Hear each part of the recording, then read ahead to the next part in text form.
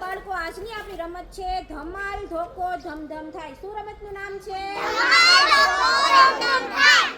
એમાં એમ બોલવાનું ધમાલ ધોકો. જો આવી રીતે બધા એક એકની પાછળ આમ મારતું જ રૂમાલ છે અડાડતો જવાનું ને બોલવાનું ધમાલ ધોકો ધમધમ થાય.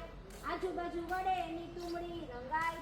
ધમાલ ધોકો ધમધમ થાય.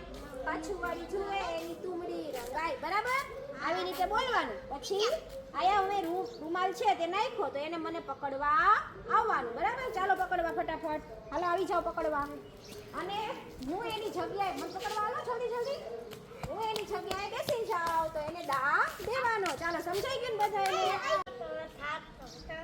ધમાલ ધોકો ધમધમ થાય.